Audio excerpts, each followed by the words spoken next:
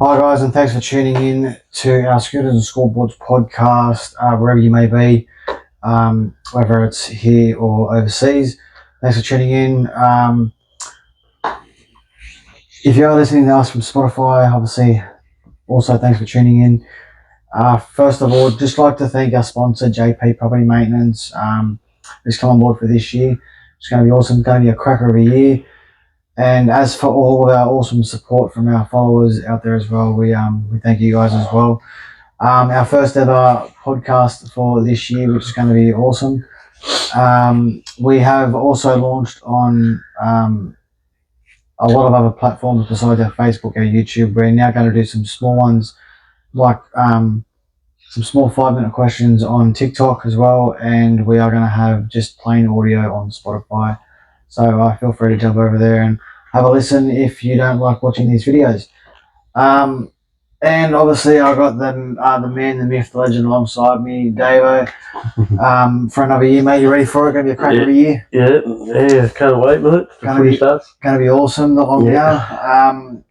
So what's been happening, Davo? I know you got a lot going on. Oh, not too much. Yeah, after today's episode, eh?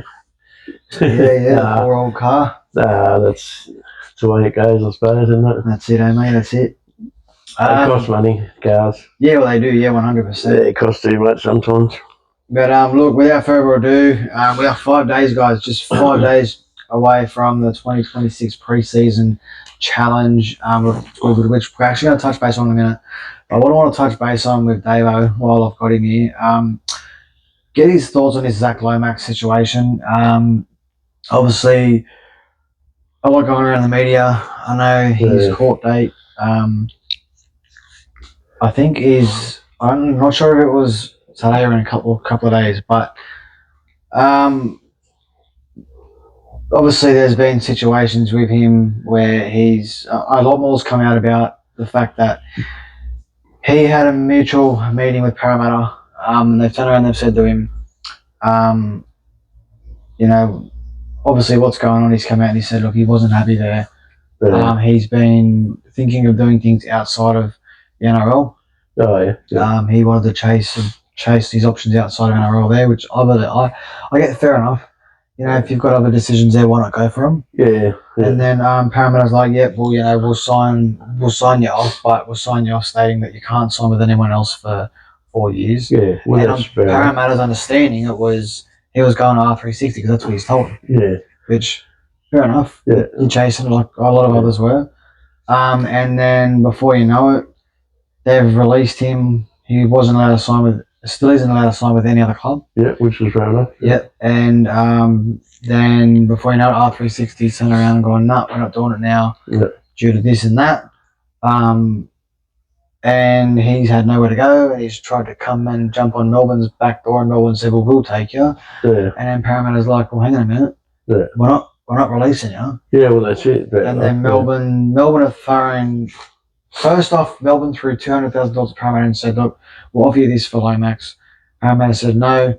Yeah. In return, we want one of these 3 players. It was either Jack Howarth, Stefano Uticamano, or who was the other one? It was one other player. I can't think of his name right now.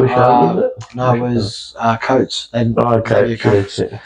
And Melbourne have come out and said, well, instead of that, he's 300,000, and Parramatta's like, no. Well, what do we get in return out of it besides money that's not going to advantage our cap? Yeah. And now it's in the courts. So Parramatta are not letting down. They're not letting go. Didn't he have a 5-year deal or 4-year deal? Yeah, they've got a 4-year deal. 4 years, so you only 1 year out of the 4. That's Yeah. I mean, look, does he deserve to go to Melbourne, or should his contract be torn up altogether? What do you reckon? I don't know if they want to. It depends on the NRMA. The NRMA guys, he's fully insured. The NRL, I suppose. Mate. All you need is one assistance. It depends on the NRL. So yeah. Yeah, no, 100%.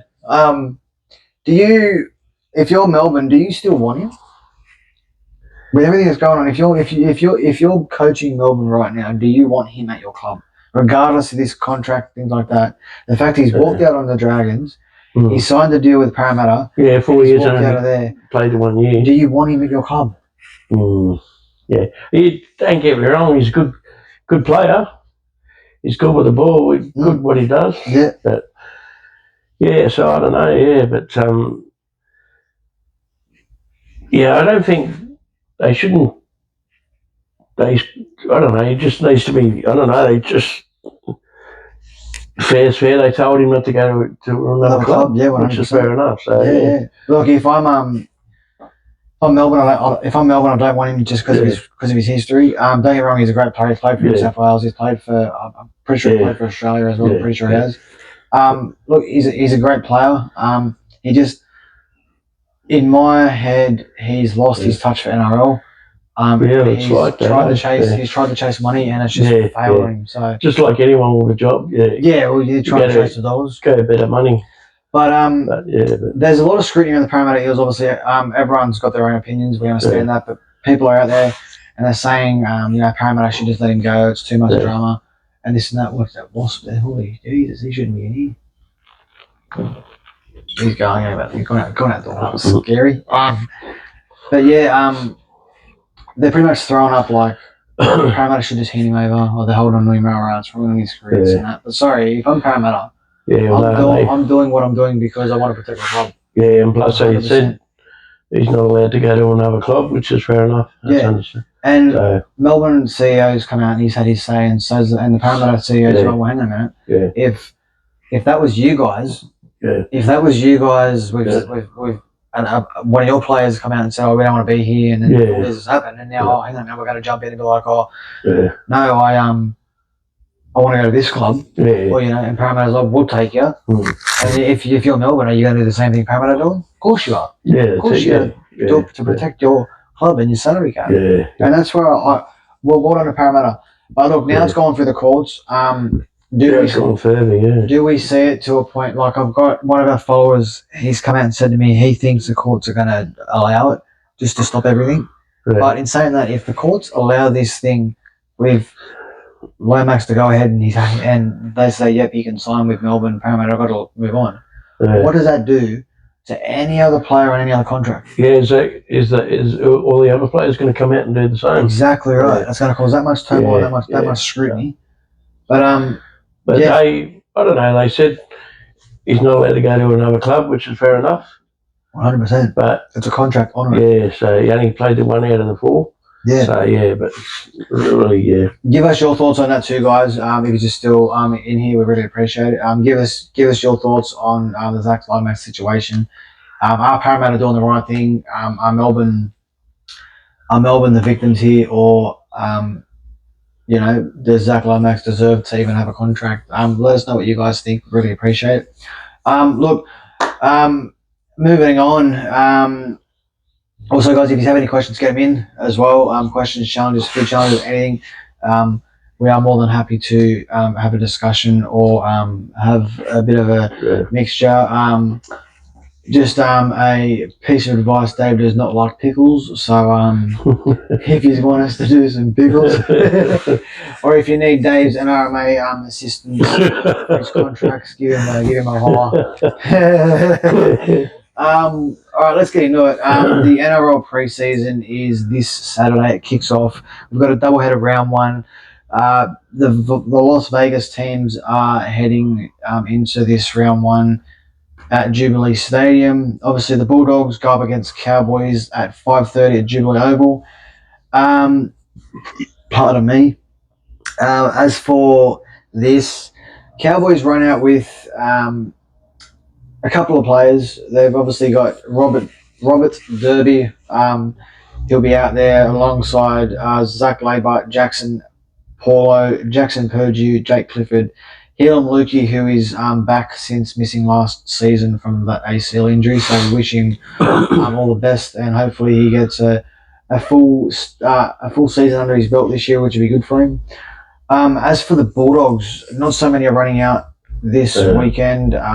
From what I could see was Fletcher Baker, Daniel Saluka Fafita, and Sam Hughes. So there's not much there for them. I've never heard of who's Fletcher Baker. Is that? I'm pretty sure he come from. Pretty sure he come from Knights. Oh yeah. I'm pretty sure either that or Roosters, one of them. Yeah. As a Dogs fan, are you happy with not so many fellas being out there? Oh, in a way, yeah. I don't really, you don't really know any player, NRL player, doesn't get any injuries before before the season starts. Yeah. Just in the trial match. It's happened over the years. Yeah, and it usually does too. Yeah, and was it last year or the year before? One of the Roosters players, they got injured in the. No, it might have been Tigers, sorry, and they got injured in the trial. It was out for the season. Yeah. So, Oh, that's how it happens. It's a funny game. That's why we love it. Yeah. But look, I reckon two Cowboys. Yeah. Too strong. Yeah. I think look, the Cowboys, obviously they're going to need to come out here. Obviously they had a bit of a rough season last season. And look at the side on paper they can beat anyone. Yeah, 100%. Yeah, and they got a lot of young fellas in their squad. I know their fronts are a bit patchy, so it'll be good to see how they come out this year under under the spotlight that they're going to be under. They got our hooker too. Yeah, Marnie. They got Marnie. I think they're planning to obviously wait till Vegas and then they're going to run him because the fellas that are doing that, they won't be obviously there for the round 2. They'll have to go to Vegas. I think they go there for like a week or 2. Just to get prepped and things like that. Yeah. But yeah, look. Honestly, they've got a good squad, the Cowboys. Whether or not they use it well this year, I think Todd Payton's going to really have a hard job on him this year. I don't think they signed many forwards this year. I didn't really hear much.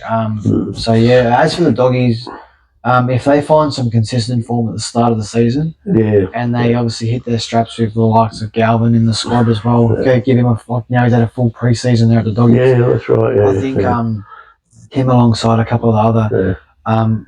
He's like big playmakers there. I think they can come out and have a good year, but it's going to rely a lot on the hands of Galvin, Burton, Crichton, players like that. Yeah, well, that's right.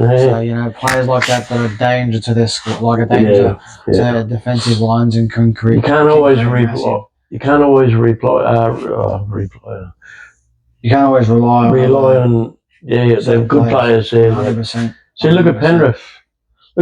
Like they have all these injuries. Yeah. Look where they end up, and then they have that big run home. Well, see, they're even the type of squad, like you look at them, they have not had a movement in their squad. Yeah.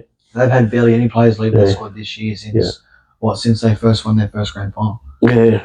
In that 4-peat that they had, which would be good. But look, I'll put them, if they have a good season this year too, Penrith, I'll put them in top 4. Yeah. My top 4 this year at the moment, I've got, I think if Broncos stay fit and healthy, they'll be there still 100%. Yeah. I think Roosters will be there. They've signed some good players and they're starting to creep up again up that ladder, which is good. Who else we got? I think the Warriors can be there. Yeah. And I think Penrith.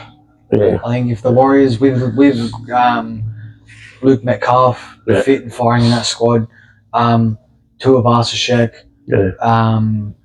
just players like that all together. Yeah. They're a good squad, and I think they're going to do well this year. So like where they were last year. Yeah. And they didn't even make it. Exactly. It's sad. But look, moving on. The last game for this weekend is obviously Dragons versus Knights at 7:30 p.m. at Jubilee Oval as well. Funny this game because the Dragons have lined up a pretty decent squad. A lot of their players are going to be there. Besides probably Gutho and Christian Tuipulotu. Christian Tuipulotu will be there. Sorry, I don't know what happened there. They've got Toby Couchman, Ryan Couchman, Josh Kerr, Tyrell Sloan. He'll be in for Gutho. Obviously, Gutho's being rested. Christian Tuipulotu, as we just touched base on. Matthew Fangai. That's just a couple of their boys there, and a lot of their players are strong. Like you look at the Couchman boys. They're solid. Josh Kerr, Yeah. he's a solid front runner. Sloan, he's small, got a bit of speed behind him. And Matthew Fangai will, get him the ball on that edge there, and he's 99% of the time he's in. Yeah. So they've got a good squad there. As for the Knights, they look to start off their season. Obviously, they'd want some positives out of this first trial match. They're going with Fletcher Hunt, James Schiller, Greg Merju, Fletcher Sharp, Sandon Smith, Jacob Saifidi, yikes. Thomas Kant, Tyson Frizzell, and the others will be rested for the following week. So, look, a bit different there. I think both of these teams need to have a massive season this season, considering how they finished. Yeah, Newcastle especially. Yeah, they were down and out last year, weren't they? Yeah, they had nothing.